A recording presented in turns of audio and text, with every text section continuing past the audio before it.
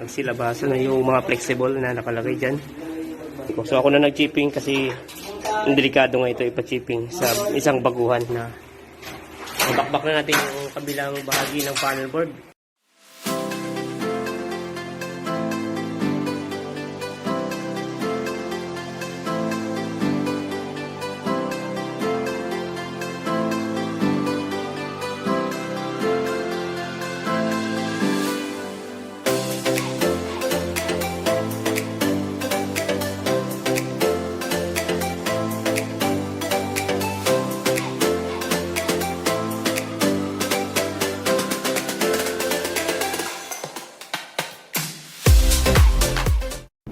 Guys, good afternoon.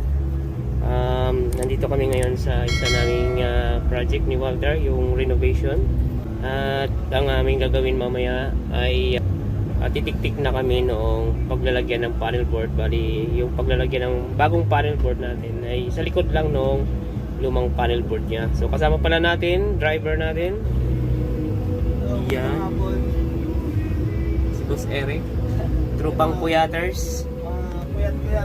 Si Walter, nakabawi ito, mahababang tulog kanina. Mabawi. At ang nagbabalik na bagong luma. Yan. Ang bagong luma, ang aking pamangkin si JR. Ang playboy ng Si Electrical Warriors. Dandy Jr. Yung aking pamangkin from Romblon. So, ayan. Ang ating panel board guys ay nandyan na sa ating gagawin mamaya. Meanwhile, Yun guys, nandito na tayo sa site at pinapabuksan ko kay GR yung ating panel board para tingnan natin yung loob niyan. Yan, tulad ng sinabi ko nung nakaraan, dito natin ilalagay yan. So yung likod niyan, nandyan yung lumang panel board. Ang gagawin namin dyan, so unti-untiin lang namin titik-tikin yung portion na paglalagyan. At iingatan din natin yung mga tubo na possible na matamaan dyan kasi live yan. Hindi tayo pwedeng mag-shutdown ngayon kasi nga mayroong anak si boss na nag-online. Pag natiktik natin yan paunti-unti, bukas siguro umaga pwede kami mag-shutdown. Kung mailalagay man namin yung panel board dun sa likod ng luma, bukas pwede na namin ilipat yung linya na dati. So ititemporary lang namin yun. Yung ating laman ng panel board, so ano siya, 70 ampere, bali 2 pole. Ito ay pang line to line or single phase. So branches na natin guys ay 1, 2, 3, 4, 5. So 10 branches siya. Okay.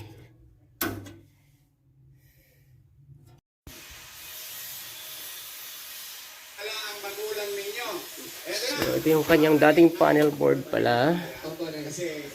Ayan. So, ayan, punta natin sa kabila. Ginuhitan ko na yung paglalagyan nito doon eh. So, tara. Bali, ito na yun guys. Oh. Ginuhitan ko na yung paglalagyan ng bagong panel board. Bali, ano to? 50 cm by 60 cm yung kanyang haba.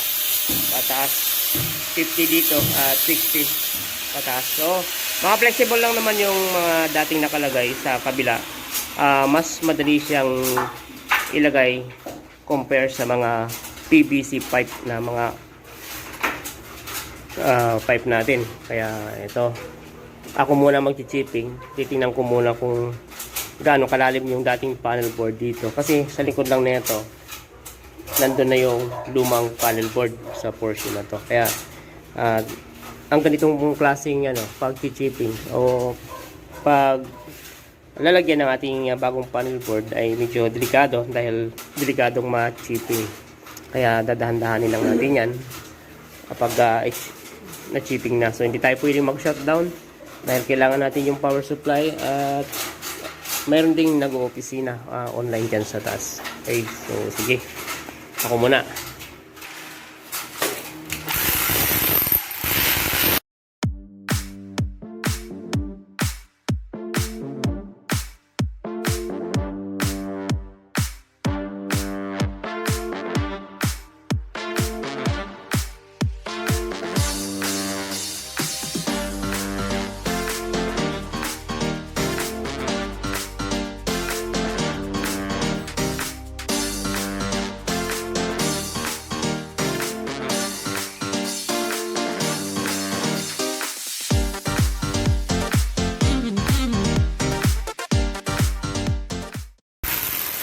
2:33 ng hapon. Ayan ang mukha ng ating nagawa guys. Oh.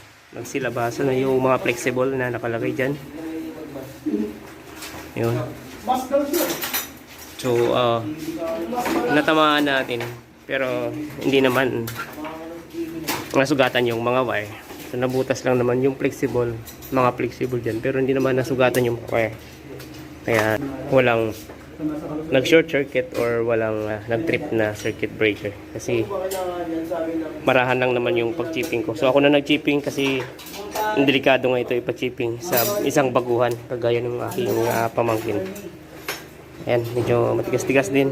So hindi din tayo nag-grinder dyan. Hindi tayo gumamit ng grinder kasi baka mayroong portion na manipis lang yung pagkabaon ng mga flexible at pag grinder natin baka maputol pa yung wire delikado. Yan. So yan, update tayo mamaya. Time check po, 3:25 ng hapon. Ayan na. Bakbak na natin yung kabilang bahagi ng panel board. Okay na yan. So hindi muna natin titibagin dun sa kabila totally. Bukas na ng umaga kasabay ng pag-shutdown para mabilis lang natin mabakbak yan. So yung ating mga flexible dyan, padadaanin natin sa taas, doon sa ating bagong panel board. Kung mayroon man, halimbawa galing sa baba, yun lang yung ibubutas natin. Kung halimbawa isa, dalawa, yun na yung bubutasin natin. Kung mayroon sa baba. Pero ang nakikita ko kasi dito, halos nang galing siya sa taas. Pero kung mabakbak lahat yan, makikita natin lahat yung laman yan ng mga flexible kung mayroon pa bang bumababa yan kasi ayun mayroong outlet sa baba. So ayan, hanggang dyan lang muna at eto ganyan lang muna. Tapos yung papunta sa ating mga home run, yan, meron tayong tatlong PVC doon at dito isa. Ayan. So bali apat na PVC pipe na bababa dito. So yun yung ating puputasin naman dito, chipping patas.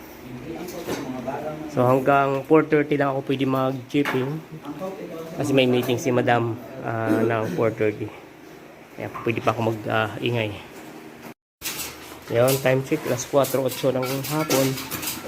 Yan, natibag ko na yung pagdadaanan ng mga home run natin dito sa dining, dito sa kitchen pala. Si Walter, pinagpapatuloy niya yung kanyang paglalagay ng mga hanger. Yan. Yan, yung mga nagawa niya. So, yan, ito dito. Ano yan ni Walter practice yan ni Walter para pag sa building na siya ma-assign. Familiar na yung mga dapat niyang gawing paghanger. So paghanger natin, kung pwedeng nakapatong doon sa angle bar or pwedeng nasa baba ng angle bar yung tubo. So pwede na ito, wiringan. Bukas baka may wire na kami. Kulang na lang namin doon. Supply na yung ilaw dito. Supply ng ilaw para dito sa counter niya o dito sa pinaka top nito. Meron pa kaming ibubutas doon para sa supply ng condenser sa labas, tapos outlet din. So yan guys, 5:13 ng hapon. Ang update ng ating trabaho ay ganyan pa rin, di pa rin natatapos. Dito may dalawang hanger pa si Walter.